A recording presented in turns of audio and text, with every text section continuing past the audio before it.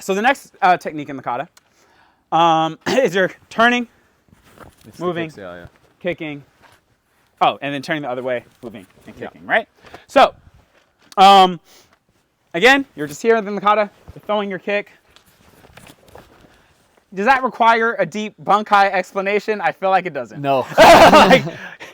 We've gone over this before if you've seen any of my videos. I'll do it one time and one time only. Punch comes in, okay? And the circle block has like a bunch of different variations of what you could be defending against, but for this, we'll just say throw a random cross. Cross comes in, you sit and you hit him in the groin. Very, very, very simple. We're not going to go too deep into that one. So you have 2 block and then kick him in the groin shots. Then from here, you're going to kind of go out with this fishtail strike and you're going to curve around here and here, okay? Now, this position, where it's like, what are you doing here and here, is actually something that I like a lot, even though some people dislike it. So you'll see 2 ways in which it's taught predominantly. One is catching the punch out of thin air, which if you can't already tell, I don't really like those. So I'll just show it for the sake of sharing all the information. So the punch comes in, you block the punch and hit it, and you come in and you grab it. Now, the issues with that, if not being overly obvious, are you're trying to grab a punch out of midair. That's very difficult, especially if they don't have long sleeves. It's very hard to grab and get that off. The other main issue is if you hit here strong enough, you actually bounce the punch away from you, which makes it extra hard in which to grab it, right? So that's not my favorite version of it. The way you would take something like that is if someone comes in and tries to push you, right? That's it. Okay? I should do it one-handed. So do it again. So, again, he just came in to push me right there. Oh, do it one more time. I said that. So, I'm going to have him come in and try and push me. Go and push me. Oh, no! I was afraid of that as well. Is the magnet on? Do you not say the magnet's gone? No, it's right here. Okay. Whoops. Let me make sure this is still working. The other way in which I like to look at it is say someone is actually grabbing onto you.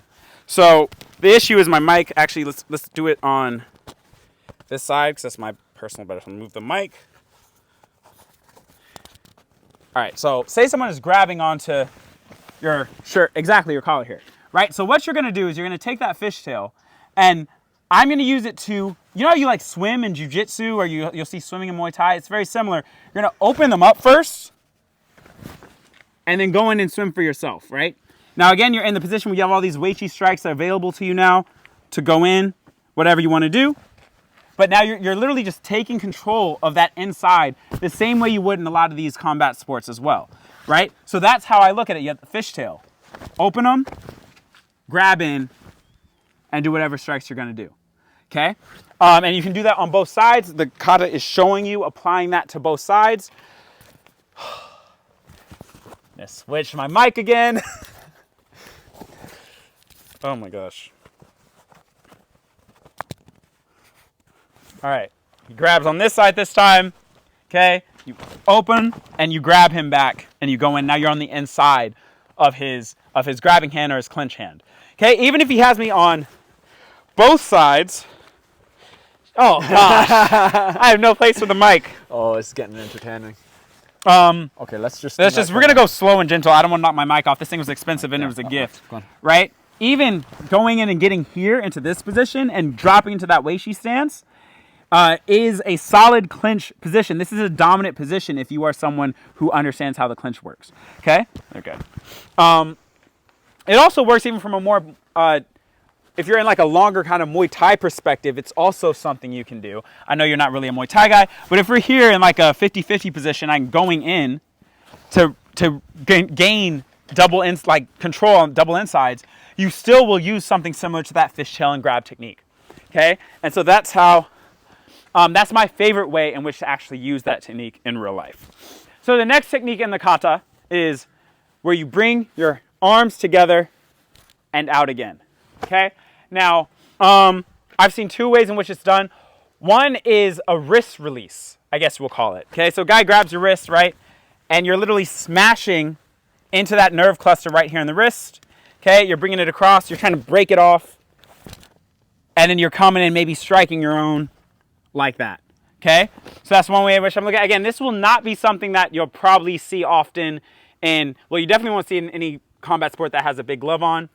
You might see in MMA a strip. You see people like, you see this in jiu-jitsu where people like strip off the hands.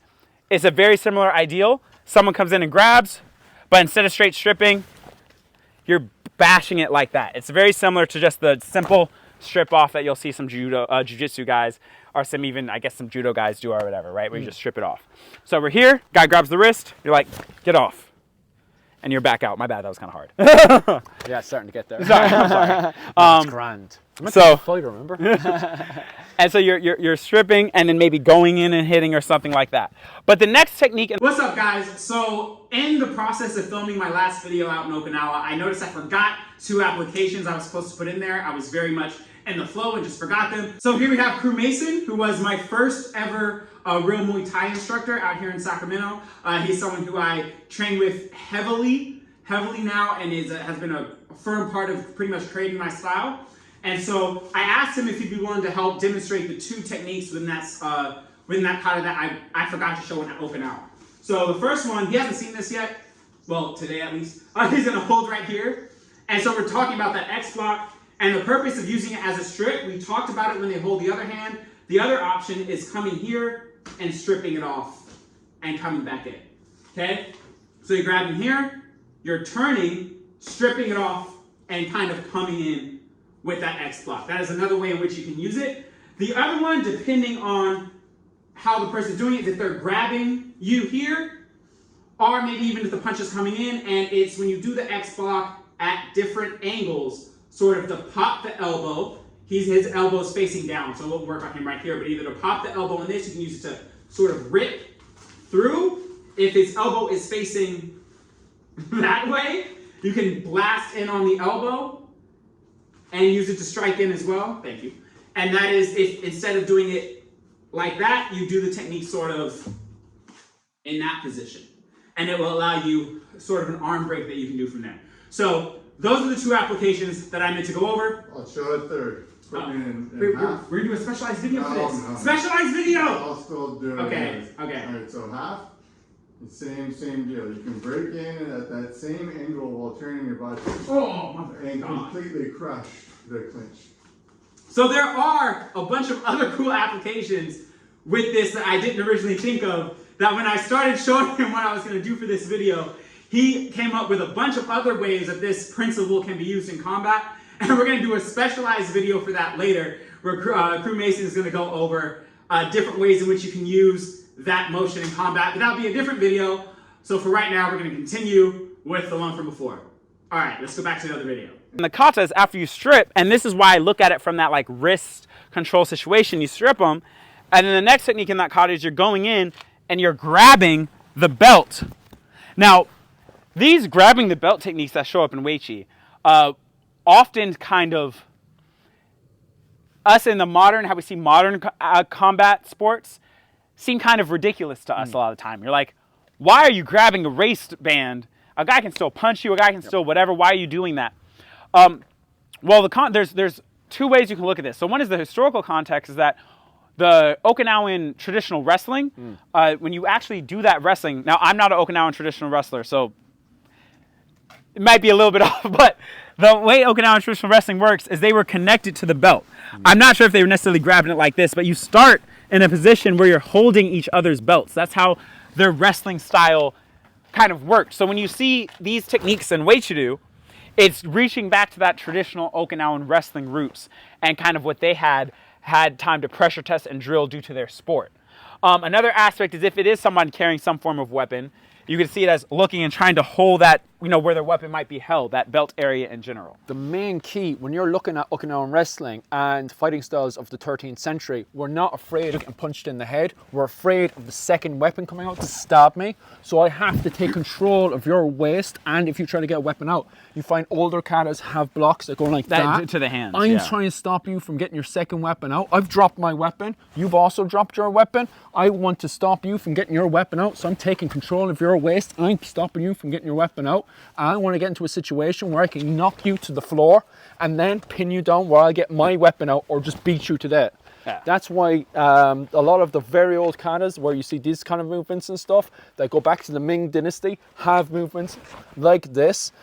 because we're looking to take control of your waist area. It is not made for modern combat. Yeah, because again, unless, well, you might want to use this, say you're a police officer and you're dealing with a suspect, and that suspect you think has a weapon on their waist. Yeah. You might use something like this. And then Yeah. the times, I actually know a few people who have used this exact technique, but they were bouncers. They've used it to move people. One guy told me the guy had his back turned to him, and he's dealing with the other guy. And instead of doing a bear hug, for some reason he couldn't get his arms all the way around, but he grabbed the waist and swung the guy into the direction they needed to as a bouncer.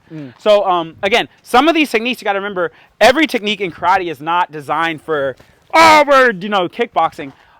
A lot of this stuff can be taken from the perspective of, law enforcement, or bounce work, that kind of stuff instead. So it's not something that you're going to be using against a guy throwing a punch, but if it's you and your friend trying to control a suspect or, some kind of ruffian, whatever, you grab them and you move them, it can work. And again, historical context, this is like a wrestling technique where you're going and grabbing and moving the person. And then we initiate our next technique in the series, which we'll go over now. The next technique. Let's do it. That might be its whole own video. We'll see how I cut this up later. God, it's so beautiful. It's stunning. All right, so it's getting dark in this area. We want to try and take a look up a bit more north of the island. So we're going to end this part right here, and we'll continue the kata later. So please like, subscribe, hit that notification bell, and we'll see you next time. Peace. Hope it is.